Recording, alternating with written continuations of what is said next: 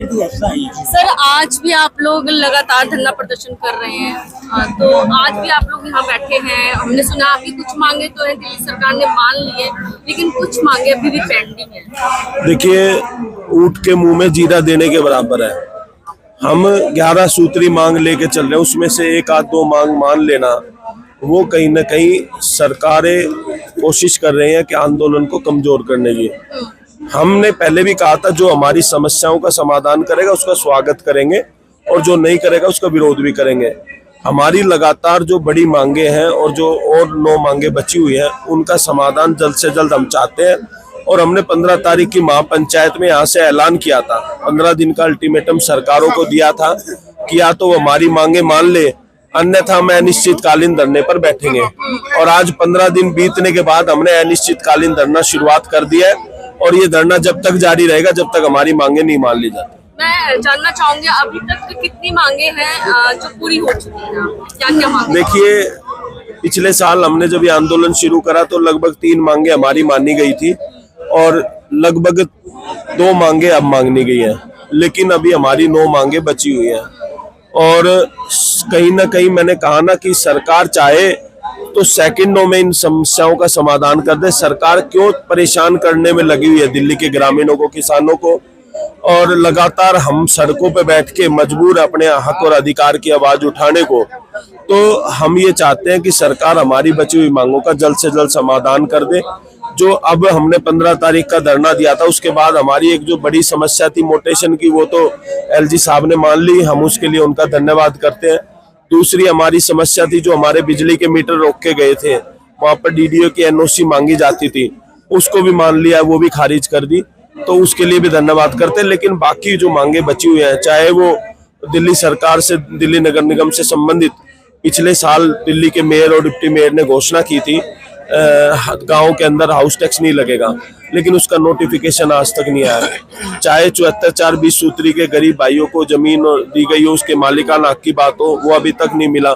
चाहे लाल डोरा बढ़ाने की बात हो, चाहे अल्टरनेटिव प्लॉट देने की बात हो, चाहे सर्कल रेट बढ़ाने की बात हो, चाहे होमगार्ड के 8,500 कर्मचारी जो देहात के बच्चे हैं उनको एक ऑर्डर से बाहर निकालने की बात हो। हम चाहते हैं कि 20 साल उन्होंने अपना जीवन सरकार को दिया है, उनके बच्चे आज कहां पर जाकर पालन पोषण कहां होगा उनका, उनको पक्का किया जाए। तो इस तरह की सभी मांगों को लेकर हम आंदोलनित हैं, और ये आंदोलन जब तक चलेगा जब तक हमारी सभी समस्याओं को नहीं मान लिया जाता। और हम लोग अपना हुक्का पानी लेकर यहाँ आए हुए हैं, रात भी यहीं बिताएंगे, और जरूरत पड़ी। सर, यहाँ तो 5 बजे के बाद कोई परमिशन ही नहीं है। देखिए, हमने लिखित रूप में पुलिस को लेटर दिया था, उन्होंने अभी तक हमें लिखित रूप में किसी तरह की कोई मनाही नहीं करी है। लेकिन आप लोगों के सूत्रों के माध्यम से हमें पता लग रहा है। लेकिन मैं साफ तौर पे कहना चाहता हूँ, हमारी लड़ाई पुलिस प्रशासन से नहीं है, हमारी लड़ाई सरकारों से है। और पुलिस में भी सब देहात के बच्चे हैं, हम उनसे टकराने के मूड में नहीं है, ना उनसे टकराएंगे, क्योंकि उनको चोट लगेगी तो वो भी हमारे परिवार के बच्चे हैं, हमें लगेगी तो भी। लेकिन अगर वो कोशिश करेंगे तो हम इस आंदोलन को जेल से चलाएंगे, लेकिन ये आंदोलन जारी रहेगा। तो और भी तमाम जो लोग हैं, क्या वो लोग भी आएंगे आप लोगों से, कोई पार्टी वगैरह या नहीं, राजनीतिक पार्टियों को हम अपने आंदोलन में नहीं घुसने देते। अगर वो आना चाहे तो आना चाहे, स्वागत, हमारी समस्याओं का समाधान करें, हमारी बात करें, राजनीतिक बात ना करें। यहाँ पे हमें कोई दिक्कत नहीं है, मतलब आ सकते हैं। हाँ, राजनीतिक बातों में ना उलझे, हमारी समस्याओं का समाधान कैसे उसके बारे में बताए, आ जाए, हमें क्या दिक्कत है। तो अभी तक आप मतलब आप तो आतिशी हैंगी मुख्यमंत्री, तो उनके समक्ष गए आप? हम लगातार आंदोलन कर रहे हैं, सड़कों पे बैठे हैं, अखबार टीवी के माध्यम से सबको पता है। तो लगातार हम पिछले 1.5 साल से तो मिल ही रहे हैं, मिलने से होगा क्या, उनको नहीं दिखाई दे रहा। अब आज उनकी पार्टी ने, उनके पूर्व मुख्यमंत्री ने जनता दरबार लगाया। अरे वो तो कार्यकर्ताओं का दरबार है, जनता तो यहाँ बैठी है, यहाँ पे आके सुन लो इन जनता की। ये दिल्ली की आधी आबादी के हिस्सा है, दिल्ली के 360 गांव के लोग हैं, इनकी धरती पर ये दिल्ली बसी है, और इनकी अनदेखी करके आप कैसे दरबार लगाओगे, कैसे जनता की सुनवाई करोगे? तो वो तो कहीं ना कहीं सिर्फ एक ढोंग और दिखावा ही नजर आए ना। अगर उनको, चाहे दिल्ली के मुख्यमंत्री हो, चाहे दिल्ली के उपराज्यपाल हो, और चाहे केंद्र के शहरी विकास मंत्री हो, हमारी समस्याएं तीनों से रिलेटेड है। हम चाहते हैं कि तीनों लोग आए और हमारी समस्याओं का समाधान करें।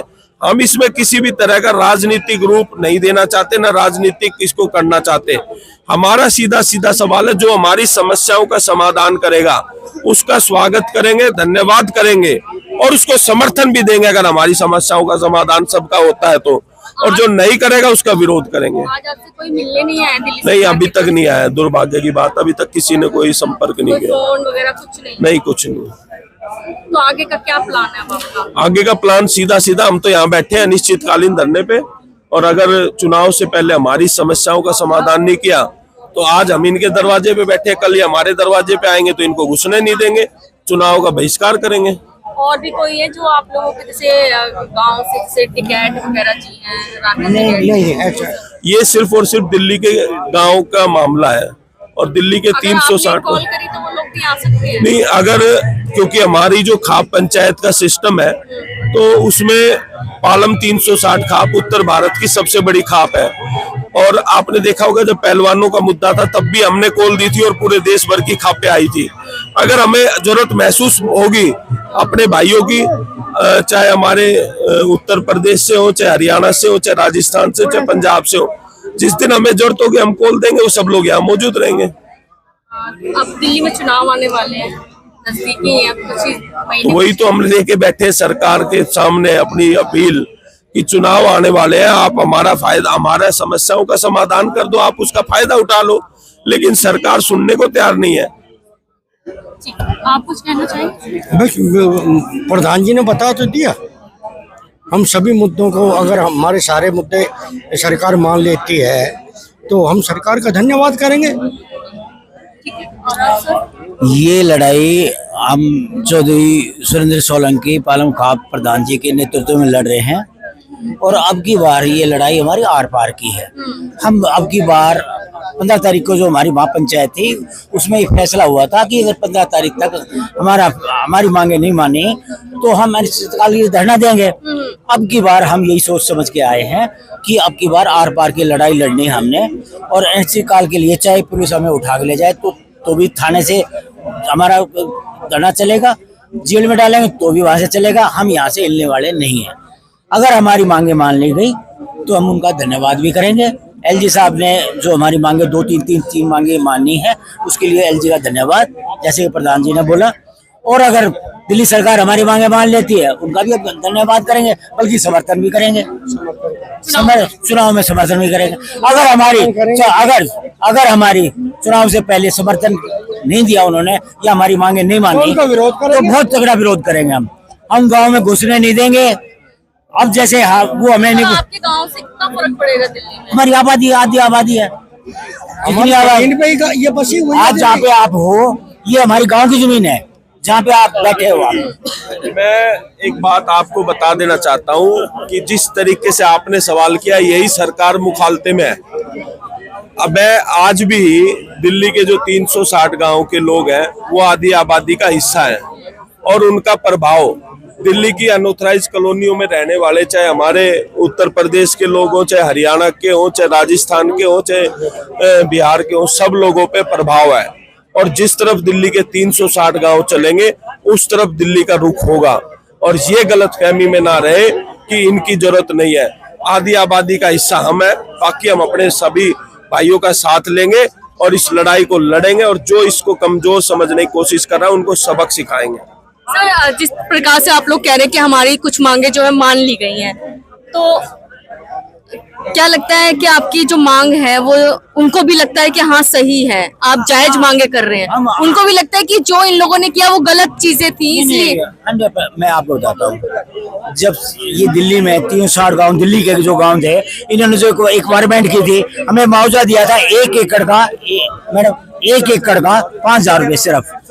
फिर उन्होंने मैं कहा कि भी जिस पर्पज से हम जो है, जैसे हमारी मंगोलपुर की नांगलोई की जमीन एक्वायर हुई थी लाइन के पार, उन्होंने कहा था फूसा आएगा यहाँ पे, लेकिन अभी वो वहां पे रोंगे बसा दिए, वहां पे वो जमीन खाली पड़ी है। और जब मुआवजा क्या दिया था 5,000 रुपए एकड़, 5,000 रुपए में आजकल जो है ना एक 25 गज का प्लॉट नहीं आ रहा कहीं भी। आज हमारा दिल्ली गवर्नमेंट जो एक्वायर करती है 53 लाख रुपए, 53 लाख रुपए में रोहिणी में 32 मीटर का प्लॉट है। आप बताइए ना, मतलब ये डीडीए ये बहुत बड़ा प्रॉपर्टी डीलर है, बहुत बड़ा प्रॉपर्टी डीलर। किसानों को लूटो, आज तक जितनी सरकारें आई हैं सबने किसानों को लूटा। मैं तो कह रहा हूँ सबने किसानों को लूटा है। एक हमारा जो साहब सिंह जी आए थे, सीएम थे, उन्होंने हमारा मुआवजा बढ़ाया, बहुत अच्छे काम किए दिल्ली देहात में। उसके बाद मैं समझता हूँ, मेरी अपनी राय है कि हमारे दिल्ली देहात में किसी गांव में स्लम बन के रह गया। सिर्फ वहाँ पे फैसिलिटीज क्या है, पानी की फैसिलिटीज है, सीवर की, क्या इससे क्या स्मार्ट विलेज हो गया क्या?